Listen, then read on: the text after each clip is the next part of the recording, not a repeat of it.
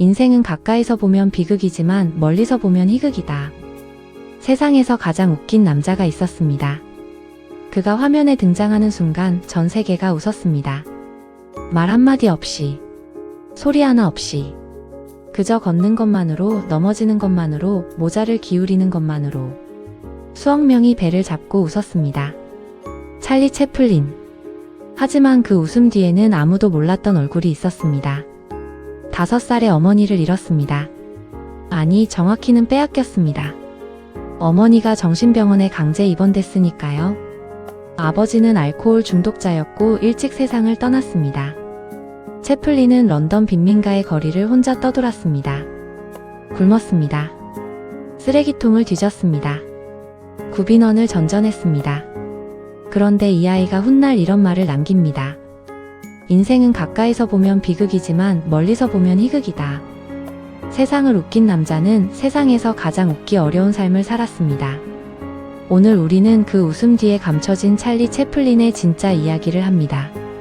1889년 4월 16일 영국 런던 사우스워크의 가난한 동네에서 찰스 스펜서 채플린이 태어났습니다. 아버지 찰스 채플린 시니어는 뮤지컬 가수였습니다. 어머니 해나 홀도 가수이자 배우였습니다. 두 사람은 모두 재능이 있었습니다. 하지만 재능이 밥을 먹여주지는 않았습니다. 아버지는 술을 마셨습니다. 점점 더 많이. 결국 아버지는 가족을 버리고 떠났습니다. 채플린이 3살이 되던 해였습니다. 어머니 해나 혼자 두 아들을 키워야 했습니다. 채플린과 형 시드니. 해나는 무대에 서서 돈을 벌었습니다. 하지만 그것만으로는 부족했습니다. 굶는 날이 많았습니다. 그리고 채플린이 5살이 되던 어느 날, 어머니가 무대 위에서 목소리를 잃었습니다. 성대에 문제가 생겼습니다. 더 이상 노래를 부를 수 없었습니다. 일자리를 잃었습니다. 극심한 가난이 찾아왔습니다. 그리고 얼마 뒤 해나의 정신이 무너지기 시작했습니다. 극심한 스트레스와 영양실조가 그녀를 갉아먹은 것이었습니다. 해나는 정신병원에 강제 입원됐습니다. 채플린 형제는 구빈원으로 보내졌습니다. 5살 채플린에게 세상은 그렇게 시작됐습니다. 구빈원의 삶은 가혹했습니다. 아이들은 줄을 서서 밥을 받았습니다. 규율은 엄격했습니다. 따뜻함은 없었습니다. 하지만 채플린은 이 시절 무언가를 발견했습니다.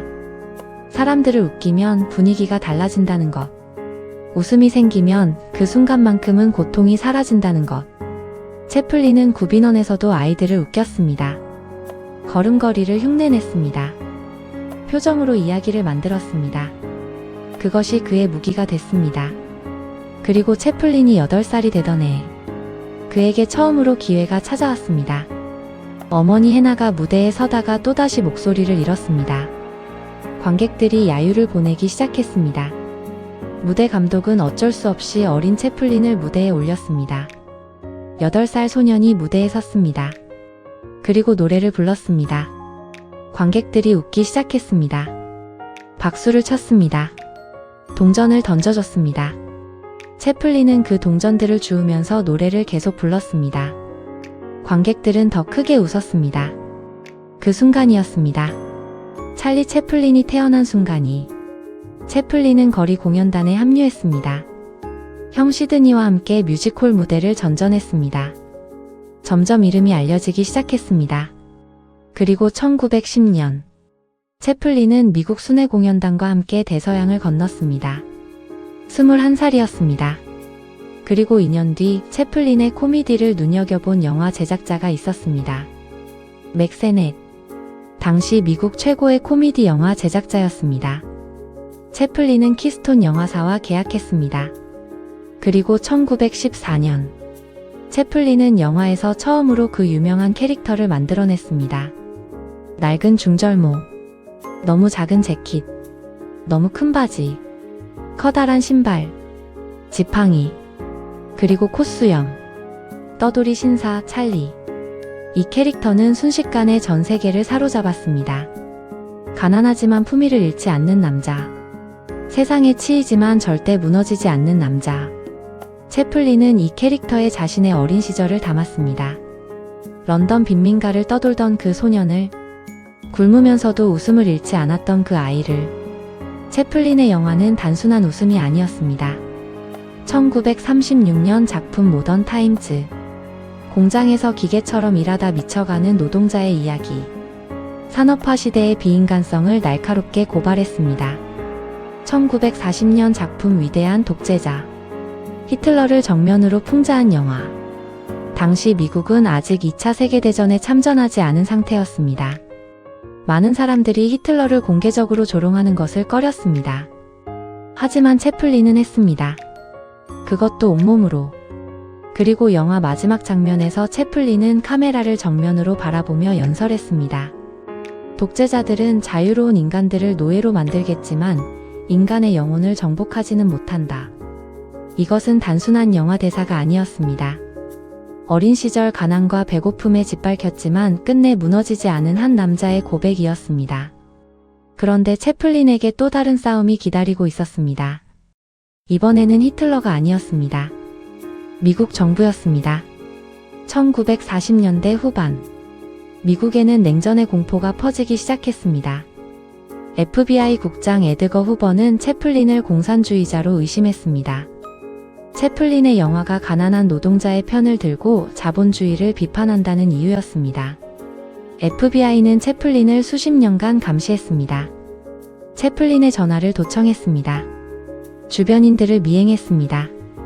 그리고 1952년 채플린이 영국 방문을 위해 미국을 떠난 사이 미국 법무장관은 채플린의 재입국을 불허했습니다. 40년 가까이 미국에서 살며 세계적 스타가 된 남자를 미국은 쫓아낸 것입니다. 채플린은 영국에서 이 소식을 들었습니다. 그는 미국으로 돌아가지 않았습니다. 돌아갈 수 없었습니다. 그는 스위스로 향했습니다. 로잔 근처의 작은 마을에 정착했습니다. 그리고 그곳에서 생애 나머지를 보냈습니다.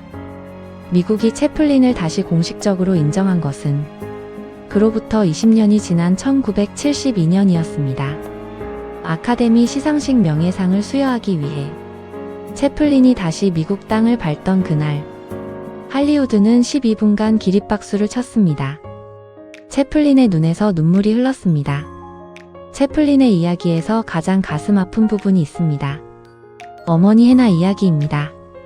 채플린이 할리우드에서 세계적인 스타가 됐을 때 그는 어머니를 영국에서 미국으로 데려왔습니다. 최고의 치료를 받게 했습니다. 좋은 집에서 살게 했습니다. 하지만 해나의 정신은 이미 너무 많이 무너진 상태였습니다.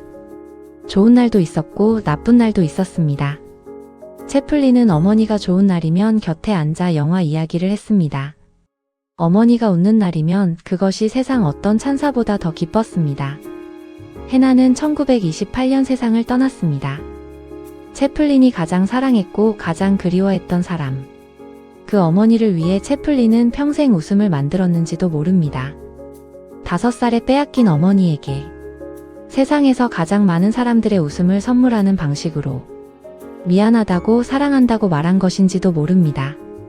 채플린은 이런 말을 남겼습니다. 인생은 가까이서 보면 비극이지만 멀리서 보면 희극이다. 이 말이 왜 의미심장한지 이제는 느껴지실 겁니다. 5살의 어머니를 잃고 굶주리며 거리를 떠돌고 나라에서 쫓겨난 삶. 가까이서 보면 이것은 분명 비극입니다. 하지만 채플린은 그 비극을 멀리서 봤습니다. 그리고 그 안에서 희극을 발견했습니다. 그리고 그 희극으로 전 세계를 웃겼습니다. 채플린은 또 이런 말을 했습니다. 당신이 웃음을 잃는 날, 당신은 살아있어도 죽은 것이다. 가장 웃기 어려운 삶을 산 사람이 웃음에 대해 한 말입니다. 채플린의 삶은 우리에게 이것을 보여줍니다. 고통은 피할 수 없습니다. 하지만 그 고통을 어떤 눈으로 바라보느냐는 우리가 선택할 수 있습니다. 가까이서만 보면 비극입니다. 하지만 조금만 멀리서 보면 그 안에 반드시 무언가 다른 것이 보입니다. 채플린은 그것을 웃음이라고 불렀습니다. 1977년 12월 25일 크리스마스 아침, 찰리 채플린은 스위스 자택에서 잠든 채 세상을 떠났습니다. 향년 88세. 세상에서 가장 많은 사람을 웃긴 남자가 가장 조용하고 평화로운 방식으로 떠났습니다. 오늘 이야기를 마치며 한 가지만 생각해 보셨으면 합니다. 지금 당신의 삶이 비극처럼 느껴진다면 혹시 너무 가까이서 보고 있는 건 아닐까요? 조금만 뒤로 물러서 보세요. 채플린이 그랬던 것처럼 비극 속에서도 희극을 발견한 남자가 있었습니다. 그리고 그 희극으로 세상을 바꿨습니다. 오늘 영상이 마음에 남으셨다면 구독과 좋아요 부탁드립니다. 다음 영상에서 또 다른 인생 이야기로 찾아오겠습니다. 명언 속 인생 다음 이야기에서 만나겠습니다.